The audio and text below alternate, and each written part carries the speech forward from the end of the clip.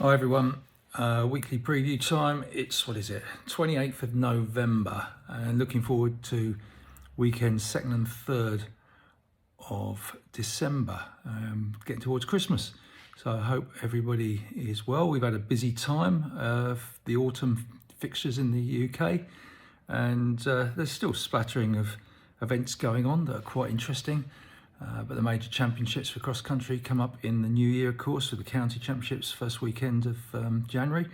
But before that, what we've got coming up this weekend? Well, Saturday over here, we've got things like the Oxford versus Cambridge varsity match, which will be pretty exciting for some. And that's at Wimbledon Common on Saturday. There's the English Schools Cross Country Cup final over in Suffolk, and there's live coverage, and it was really good last year with drones and all sorts on Vinco and Runner Space. We got things like the County Veterans Championships in Kent. Sunday there's loads of road races around as usual, including the Victory 5 miles at Portsmouth and the Perivale 5 going on in West London. So there's a lot going on there. But I'm just going to draw a little bit more attention to a few other things that are going on outside of the UK. There's been a lot of talk, a few of you might have heard about it, in Boston, 5,000 metres indoor, where people going for various qualifying times. It's a very, very fast track there, and there's a meeting going on Saturday.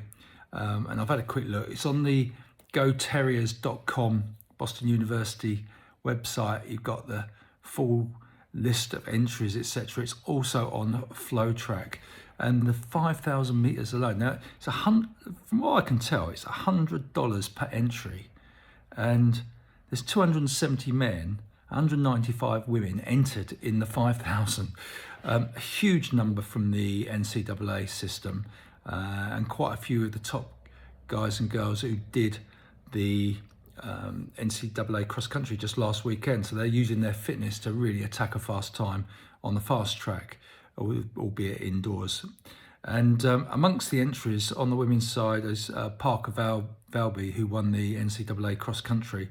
And from a British point of view, Hannah Nuttall's down for it, and Hannah's obviously had a tough time with the passing of her father recently. So I hope she's okay, and pretty brave effort. She's going to start racing again, so good on her. So she's down for that. And on the men's side, we've got Graham Blanks, who won the men's NCAA cross country championship. Loads of well-known men who feature at the top of the NCAA system. From Great Britain, there's James West, who's also New Balance Manchester, like Hannah. He'll be competing. Looks like the top women's heats are from about 4 o'clock local time, which is 9 p.m. UK time, and the men's due to start at 5:30. There could be changes due to the number of entries. There are some early heats as well, but 5:30, which is 10:30 UK time. So if you're interested, you can follow that in the USA.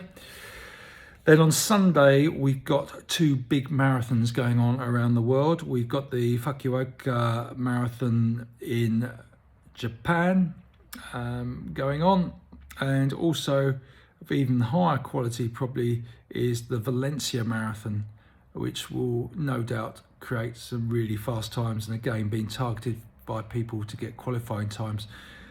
It is on the BBC Red Button at 7 o'clock UK time Sunday morning. That's channel 971. I think you also find it on YouTube.